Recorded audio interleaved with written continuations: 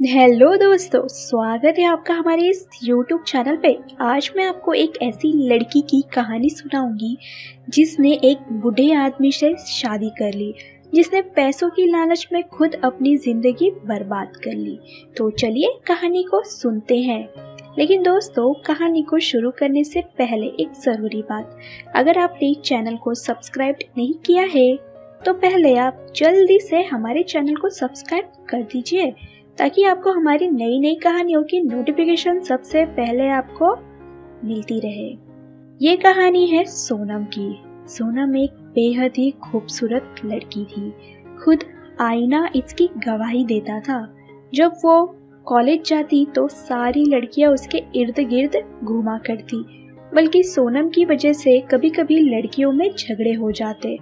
हर किसी की एक ही ख्वाहिश होती कि सोनम उनसे दोस्ती कर ले। सोनम को अपने आप पे खूब नाज होता, लड़के भी उसके दीवाने रहा करते। और इतना ही नहीं, टीचर्स भी सोनम को जानती थी। सोनम सबकी चहेती बन चुकी थी। सोनम कॉलेज में एक लड़के को पसंद करती थी। उसका नाम रमेश था। एक सरफिरा नौजवान था वो। रमेश खुद भी ऐसा था कि लड़कियां उस पर फिदा होती, लेकिन बात ये थी कि रमेश के पास बस ख्वाब थे, पैसे नहीं। रमेश एक गरीब परिवार का साधारण लड़का था, इसलिए सोनम रमेश से शादी नहीं करना चाहती थी। सोनम चाहती थी कि उसके पास ढेरों पैसे हो, बैंक बैलेंस हो, गाड़ियां हो, मकान हो, और वो अपनी सारी ख्वाहिश को पूरा कर ले। सोनम को सिर्फ पैसों की लालच थी। सोनम खुद भी एक गरीब परिवार से थी, लेकिन उसके सपने अमीरों वाले थे। सोनम एक गरीबी की जिंदगी गुजारना नहीं चाहती थी। उसके ख्वाब बड़े थे। सोनम के ख्वाब ऐसे थे कि उसके घर वाले भी उससे परेशान रहा करते। सोनम अक्सर अपनी माँ से कहा करती, नहीं माँ, मैं तुम्हारा जैसा नहीं रह सकती। मैंने तुम्हारा हाल देखा है कि कैसे तुमने छोटी छोटी चीज़ों के लिए मन मार के रह जाती हो। क्या है तुम्हारे पास? मैं इस तरह की जिंदगी नहीं गुजारना चाहती। सोनम की माँ जानती थी कि ये जिंदगी उनकी ऐसी ही है। सोनम लेकिन अपनी माँ की तरह जीना नहीं चाहती थी। उसे अमीर बनना था और पैसों की लालच थी। इसी दौरान रमेश को एक जॉब मिल गई। रमेश ने जब ये बात सोनम को बताई तो सोनम को खुशी नहीं हुई, बल्कि वो मायूस हो गई, क्योंकि रमेश की सैलरी कम थी और सोनम के ख्वाब इसमें पूरे नहीं होते। इसलिए सोनम ने रमेश के साथ अपना रिश्ता खत्म कर दिया। लेकिन सोनम को रमेश की कोई परवाह ना थी, क्योंकि सोनम की आंखों में तो सिर्फ लालच की पट्टी बंधी हुई थी। दौलत चाहिए थी, कोई अमीर इंसान चाहिए था। सोनम को प्यार नहीं, पैसा चाहिए था। वो पैसों से प्यार करती है। और एक दिन सोनम ने रमेश का दिल तोड़ दिया, क्योंकि उस पर दौलत का नशा चढ़ा हुआ था और उसे कोई परवाह भी नहीं थी कि रमेश उसकी जिंदगी में रहे या ना रहे। सोनम ने रमेश को जाने दिया। रमेश सोनम से बेइंतहा मोहब्बत करता था। सोनम ने एक सच्चे प्यार को ठुकरा दिया, क्योंकि उसको पैसा हासिल करना था। कहा जाता है, जब किसी मंजिल की धुन सवार होती है तो वो मंजिल खुद भी आ जाती आंखों के सामने। कुछ ऐसा ही हुआ सोनम के साथ। एक दिन सोनम ने अपनी कॉलेज की सहेली रीचा के पिता, जो कि एक करोड़पति शख्स थे, उनकी कई सारी फैक्ट्रियां थी। रीचा कॉलेज में अमीरों की तरह रहा करती थी। फिर हुआ ये कि रीचा की शादी तय हो गई और रीचा ने अपनी शादी में अपनी सहेली सोनम को बुलाया हुआ था। एक शानदार बड़े से होटल में शादी रखी गई थी। उस दिन पहली बार सोनम ने रीचा के पिता यानी कि योगेश को देखा। योगेश एक बूढ़ा इंसान, बल्कि बहुत बूढ़ा था। करीब 55 साल के करीब उनकी उम्र रही होगी। सोनम ने उनके बारे में पता किया तो पता चला कि वो काफी बीमार रहते हैं। उनकी जिंदगी और मौत का कोई भरोसा नहीं था। तभी उसी शादी में ही सोनम की दूसरी सहेली ने सोनम से कहा कि तुम इस बूढ़े से बचकर रहना, ठरकी है। सोनम बोली, हाँ यार, तुम ठीक कहती हो। रीचा की मौत के बाद इस बूढ़े ने कई गुल खिलाए हैं, लेकिन बहुत पैसे वाला है ये। सोनम ने उस दिन इतना गौर ना किया। फिर एक दिन अचानक सोनम के फोन पर नए नंबर से कॉल आया। सोनम ने फोन नंबर रिसीव नहीं किया। फिर 1 घंटे बाद उसी नंबर से फिर से कॉल आया। इस बार सोनम ने कॉल रिसीव किया तो ये फोन था ऋचा के पिता यानी कि उसी बूढ़े योगेश का।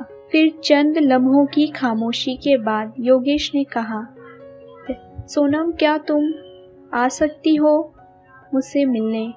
ऋचा ने तुम्हारे लिए कुछ चीजें भेजी है। सोनम ने कहा, ठीक है मैं आती हूँ अंकल। दूसरे दिन सोनम उनके दफ्तर पहुंच गई। सोनम ने देखा कि एक बड़ी सी बिल्डिंग थी और ये बिल्डिंग योगेश की ही थी। योगेश ने कहा, माफ करना सोनम, ऋचा ने तुम्हारे लिए कुछ भी नहीं भेजा है, बल्कि ऋचा ने कहा है कि तुम्हें मार्केट से कुछ दिलवा दूं। सोनम ये सुनकर थोड़ी हैरान सी हो गई कि आखिर इन्होंने ऐसा क्यों कहा। लेकिन जब वो ये सोचने लगी कि ये बूढ़ा तो बहुत अमीर है और मुझे शॉपिंग करवाना चाहता है, इसलिए सोनम ने उनकी बात मान ली। योगेश ने सोनम को ढेर सारी शॉपिंग करवाई।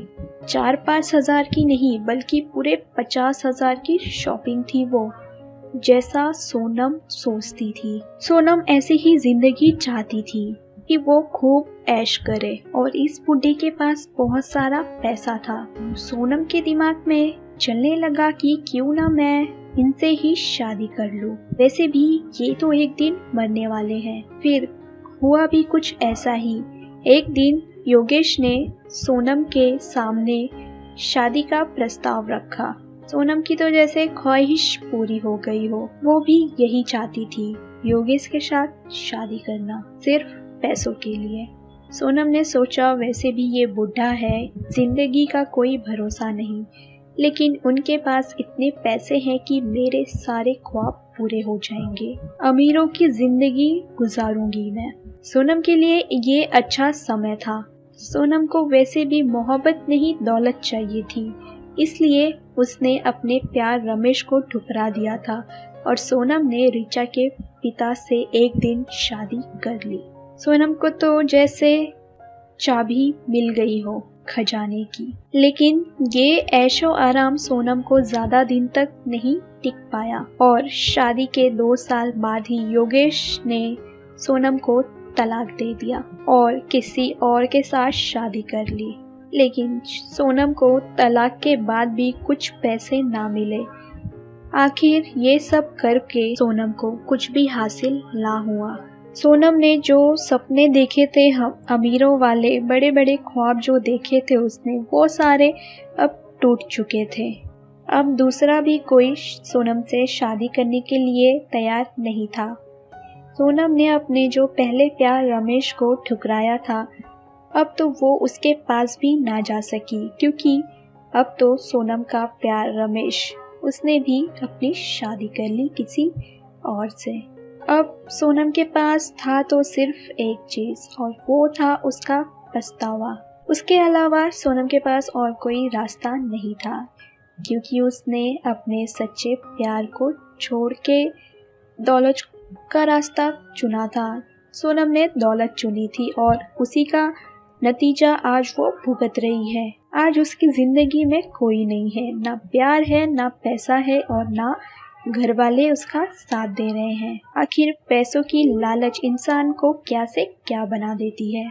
तो दोस्तों, अगर आपको हमारी ये कहानी पसंद आई हो तो कहानी को लाइक और शेयर करना ना भूले दोस्तों, ताकि हम आपके लिए और भी नई नई कहानियाँ लेकर आते रहें। दोस्तों, हमें कमेंट करके ज़रूर बताइए कि आपको हमारी ये कहानी कैसी लगी। क्या सोनम का फैसला सही था एक बूढ़े इंसान से शादी करने का और अपने सच्चे प्यार रमेश को ठुकरा देने का? दोस्तों, हमें कमेंट ज़रूर करें। तो दोस्तों, फिर मिलते हैं अपनी नई कहानी के साथ।